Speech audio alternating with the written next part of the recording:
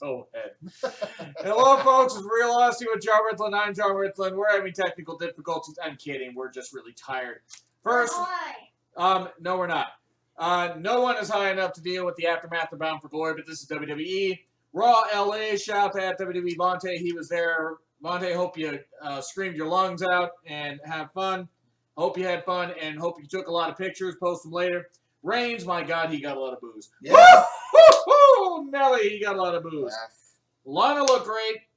She cut off Reigns from talking too much. Thank you, Lana. Thank you, Lana. Chance. Lana and Rusev need to drop the accents, like, right now. It's over.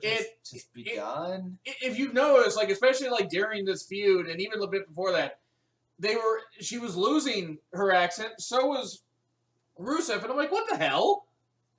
This is ridiculous. Anyway, Rusev versus Reigns. They brawled. Reigns then suddenly pops back out of the entranceway, I guess, because they fought in the crowd. Yeah. Superman punch. I'm going to take you both to hell. Hell in a Cell. Duh. We knew that's where it was going. We knew. I think I said it on Clash of Champions is where it was going. TJ Perkins and Brian Kendrick. It was expected, the result, because Kendrick won. It wasn't bad, though. Kendrick earns a future opportunity. If you had Perkins lose it at Hell in a Cell, and that pretty much sums up Raw as it went on, by the way. Kyle's reaction. But, I mean, not bad. Kendrick, at least, he could take it from Perkins at Hell in a Cell, and I'd be okay with it, because Perkins has at least had it for over a month. But I don't know. It was a fine match, though. It was fine. Yeah. It was well done. Perkins' intro, I mean, I like Perkins. I think Perkins is a good talent. I think their previous match was more entertaining, but it was good. This was still good. This is also a TV match, though, where it's like, it depends on, despite the fact that Raw is 3,000 hours, yeah, that. So it was fine, though, and it's good. It's going to be a good build for Hell in a Cell. God, more pay-per-views this month. We're going to have 4 pay-per-views in 5 weeks, because we reviewed Bound for Glory. Why did I let you guys? Why did I talk you guys into that? Why? I don't know. It was bad. Rollins' interview, it was fine. He did establish his face turn pretty damn well. Yeah. I'll give him credit for that. You pointed out how much better it was as it went along. Yep. It was like at the beginning, it was like, oh wow, they're just gonna try to ignore his history. Nope. He's owning his history. Perfect. I like it. He owned it up. I agree. It's working. I think his face turn will work magic. It will work well. And he dropped the I mean, I know he dropped it a while ago, but the half blonde, half black hair. It's a good thing he dropped that altogether. This face turn would have not worked. Total Bellas. Why? I mean, why? Now look, there are Bella. I mean, I said this here before ad nauseum on other reviews. There are Bella fans on here that watch my show. I'm glad you're going to enjoy the show. It's not even the Bellas that I have a problem with. Total Divas jumped the shark way before this show came along. Yeah. I mean, well, did you ever watch any of it? Cassie. Maybe you watch because Cassie did. Yeah, it's pretty bad. God, get your arm on camera. It's like it looked like, ow, my arm. Anyway, Braun versus, I guess, Chase Silver. Boy, the delete chants really over. Yeah. Delete chants are really over. I'll give Matt Hardy that much credit for, creating an inventive character with a South African accent who's from North Carolina. I try to wrap your head around that statement. But Braun, the fireballs. Okay, the fireballs. Oh my God! How? In the back of a moving truck. Throwing fireballs. Yeah, he had the fireballs. It's like he had shots that were lit on fire. That might have been it. Honestly. In fact, I think shots were about what a lot of people took to do that segment. But Braun says, if you don't find me competition by next week, this is my guess. I'm thinking there won't be a next week, which doesn't make any goddamn sense anyway. If you don't find me competition by next week, we will not make it to next week. But how is he going to find you competition, Braun? Words are not your friend here. So that being said, he's actually decent at speaking. No, he's decent. It's just that last statement made no sense. Yeah, that last statement really kind of ruined it. Made no sense. Maybe his beard is doing the thinking for him. I don't know. But find competition next week. This leads to Luke Harper's return. That's what I think is going to happen. Been cleared for a bit. He's coming to Raw for some reason, even though SmackDown could use more talent. But I guess we're trying to balance the Wyatts on each show. So you got Rowan and Bray and then Braun and whatever. Forbes, 5 reasons why Charlotte is the best female wrestler of all time already. Okay, no. She's good. She pulled out some good moves in the main event here. We'll get to that. But no, she is not the greatest female wrestler of all time. She's probably not even in the top 10 yet. Now, could she be by the end of her career? Possibly. Not as far as promo, she needs to stop talking, but whatever. Or get a lot of training. Here's the thing, it's not even that I don't think that Charlotte can't talk, it's just she sounds unconvinced. She doesn't sound convinced of her own words. Sometimes she does fine. She cuts good. She's a good heel. But then at times it seems like they're trying to make her too much like her dad. She's not her dad. She's Charlotte. You gotta let her be herself. Yeah. And being a copy of Ric Flair is not helping. It's really... Now, to be fair, Rick's off camera, but whatever. At least he's off camera. The Kevin Owens Jericho stuff, that was pretty funny. And then New Day comes out.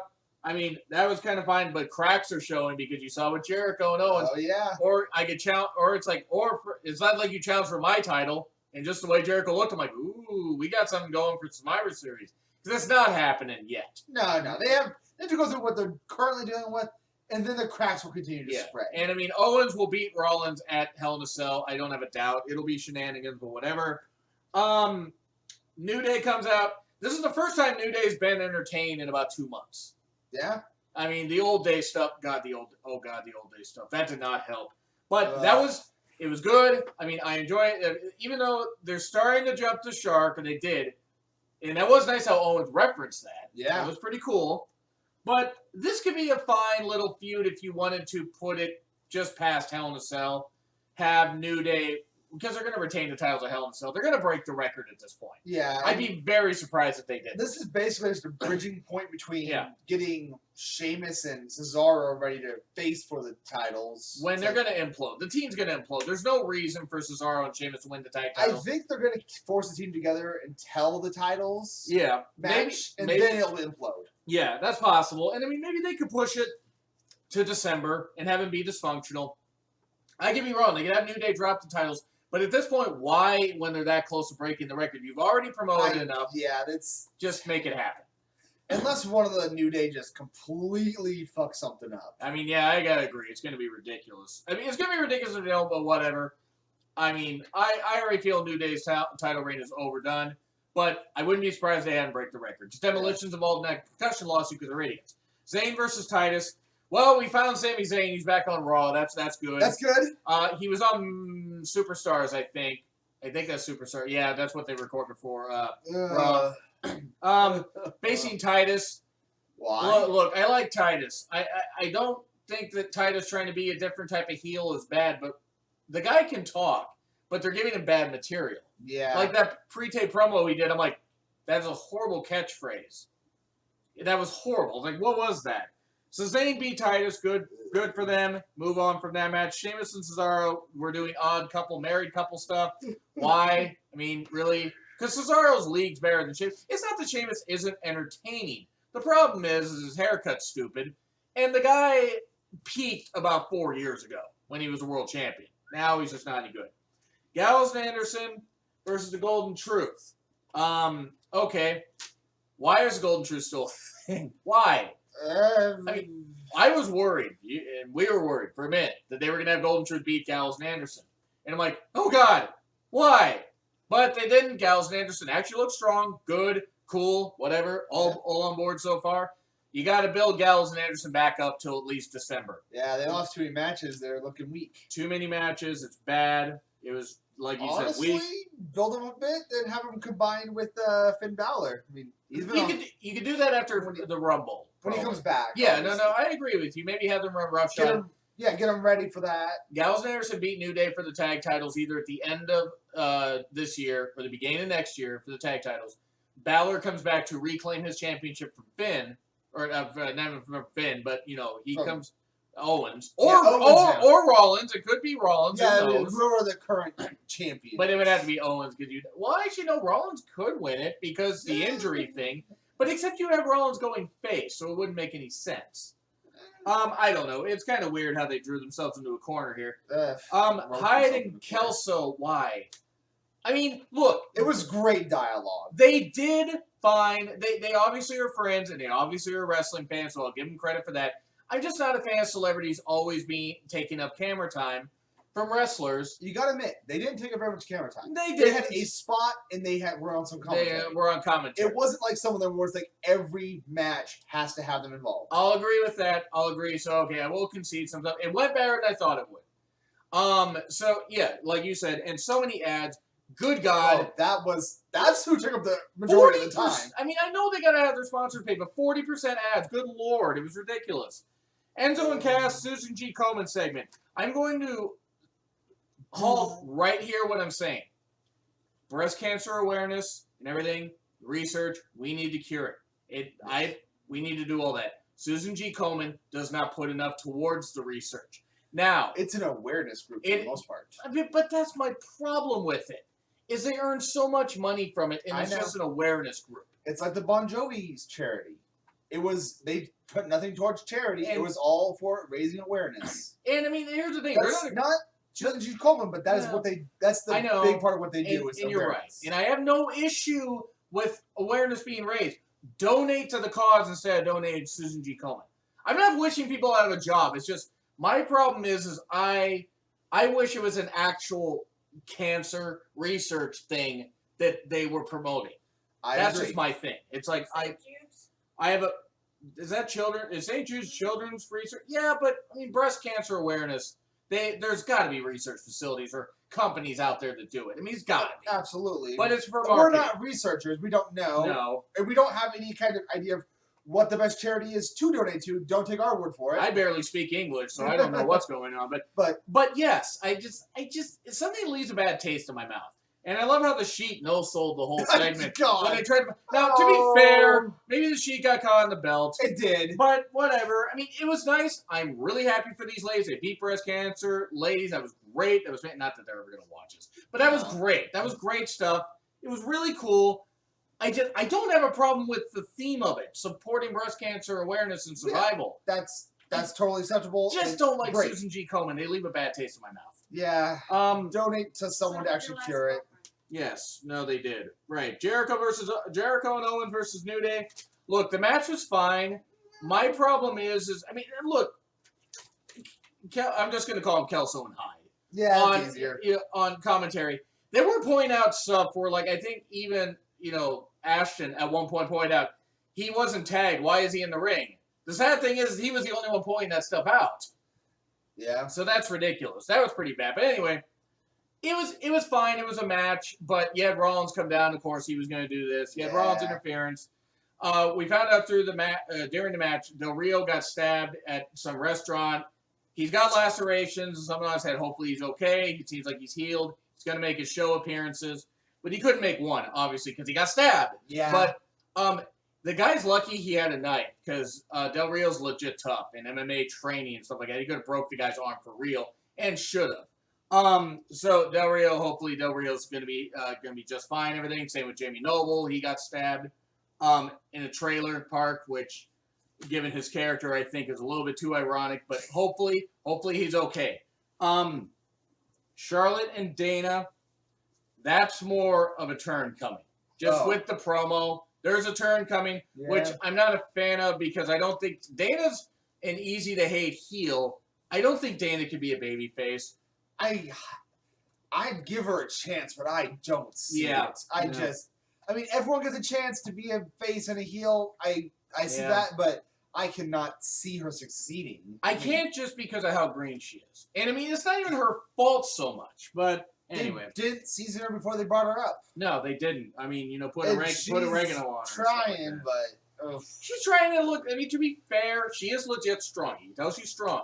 That's about it. Unfortunately, she seems like she wants to learn, but it's not sticking like it should.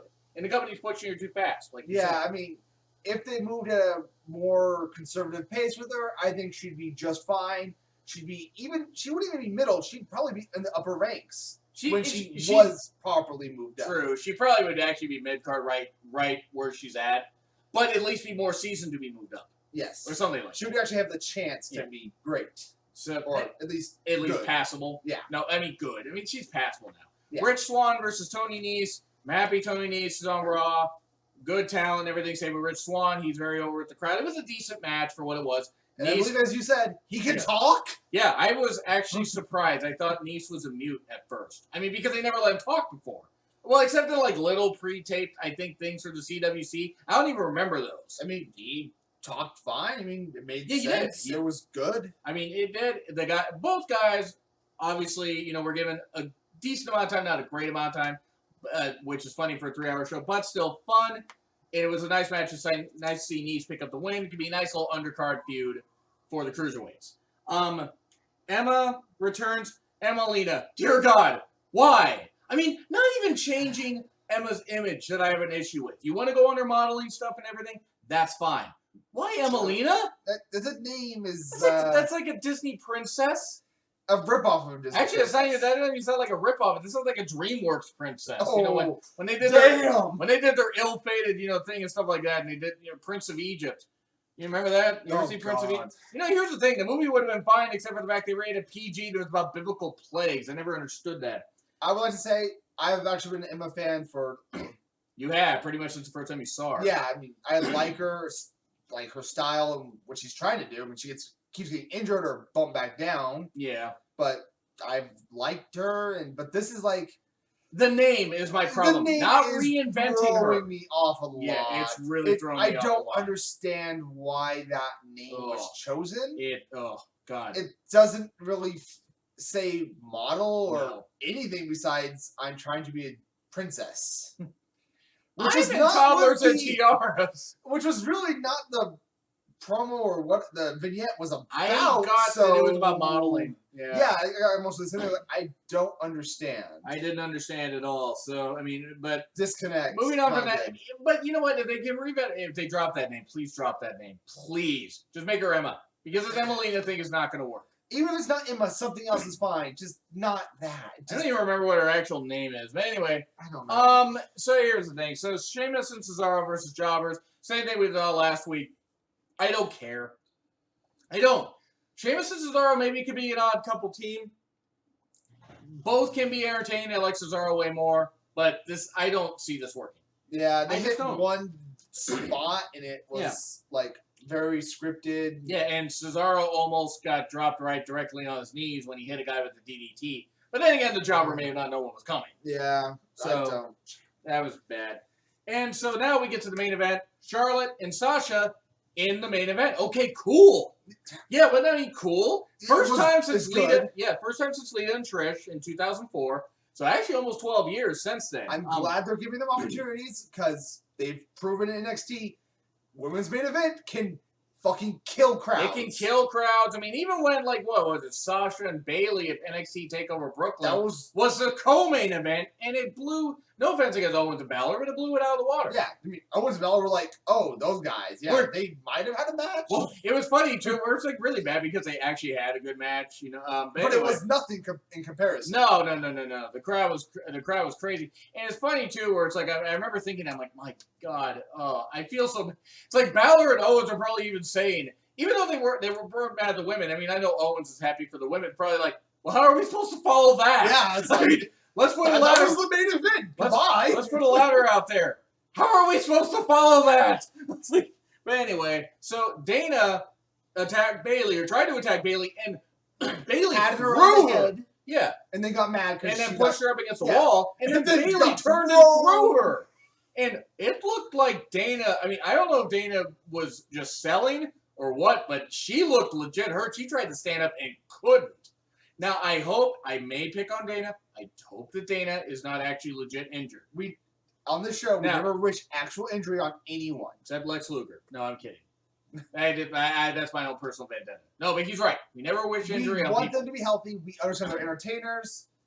So it's not personal anyway. It's not. It's just business. Sometimes Dana's promos are a big pile of business. But, so Sasha and Charlotte, it had issues. Oh, wait, what were a lot of the issues? The issues weren't the match. The issues were the fact that we came back from commercial, did Charlotte's entrance, did 90 seconds of action, and went to another commercial. I want to point out, they did the first 2 seconds of Sasha's entrance, went to commercial, came back for the last 2 seconds of her entrance. I got it. And then immediately went to...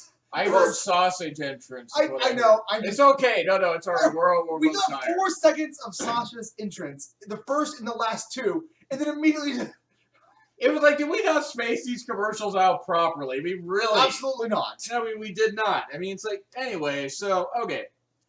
You had some moves, like, I mean, Charlotte at one point, they had good drama. This was not as good as the match they had right after Battleground in July. And that's only because it was the shock factor of Sasha winning the title on the main roster for the first time. Charlotte did pull off that spinning, move off the top. That was a close one, though. It was really close. I'm shocked that she did. I thought she was going to do a moonsault at first. I'm like, no, you're going to shatter your legs. Sasha, though, got in the way, and broke the fall. Thank God. To be fair, we would have saw this broken bone. That would have been a bad. Oh God, the knee would have been destroyed. And that's Charlotte's thing is she probably had done it on mats, but that's a hard move if you're not used to doing it. When you start spinning, a lot of times you can't control where you're going. It's not an easy thing. No, and so. It was a shout out to Hector Garza who passed away. It was almost like a move like he used to do. I'll show you some of this footage sometime. You'll see what I mean. In fact, I'll show you a 1997 pay-per-view. But anyway, so, okay, was it good drama? Yes. The commercials in the match kill it. Yeah, they ruined the timing, the flow. But once it got back, they had the good pace, and Sasha getting the bank statement on once, roll up into a pin, and back to the bank statement, and winning clean. That shocked me only because I'm like, okay, you got Nia. Eva Marie might be filming a movie, so maybe that didn't happen. Thank God that didn't happen like I thought it would. I thought Nia might have interfered, or somebody might have interfered. I thought maybe Emma, because of the vignette, would have shown up. I actually did think the same thing. I'm like, that was a really weird, like, oh look, she's been cleared, and she's here. Like, yeah, what? Right, no build. Yeah, she's been cool. She's like been cleared for like almost 2 months. I know, but it's like they haven't. Yeah, they haven't built her at all. But it's like they mentioned her, and thank God they didn't immediately use her because that would have been retarded. Yeah, it would have been bad. That would have been really bad if Eva Marie came back. The thing, Eva Marie on the Red brand, she should not wrestle. Not anymore. Not that she ever wrestled before. Use her for something else if you want to keep her in the company. No. She got used for something else, which is why she's with the company. It had to be said. He's right, though. You're right. I understand she's the red, whatever. She's also 32 years old with the skills of somebody that's been in training and is only 21. Yeah, put her on commentary and now. Oh God, no! I know. Now it won't go on commentary. Manager, that would work. Something. Be a valet for Dana Brooke. Something. I don't know. Something. Just don't let her wrestle. No, but it's not her personality; it's her skills at this point. Kyle, she doesn't have a personality. I mean, you're kind of talking. Yeah, I know. Yeah, I do. We're trying to be positive here. So, okay, overall, what do I give Raw? I'm going to be generous here. Give it a B-. Okay, it's a C+ to a B-, and here's why. The Cruiserweight action was fine. The stuff with Owens and Jericho was fine. Rollins and Owens had a good build. And you had Braun, who actually got to talk, and they got to develop a little more character. The problem is they had some stuff with, like, Gallows and Anderson versus Golden Truth, where you had to give Gallows and Anderson a chance to win, and win strong. But this is how you should have been booking them months before. Yeah. So, I'll give it a B-. What about you? I'll give it a C+. Yeah. We're right around the same thing. I'm a little bit more down on the negatives. Don't get me wrong, there were plenty of negatives, but Sasha winning and the thing with Bayley, you could see a match happen where maybe at Hell in a Cell, Bayley wins and Sasha snaps. Just snaps. Because she doesn't win a Survivor Series, snaps, attacks Bayley, gets a title shot on Raw the next night, wins it back, and then you build to Bayley winning the title. Again, maybe. I don't know. You could have Bayley chase her for months. Oh, yeah, easily. But anyway, so that's it. So feel free to like, comment, and subscribe whether you agree, disagree. Follow me and him on Twitter at the link in the description. Been Real Honesty with John Ritlin. I'm John Ritlin. We'll see you soon.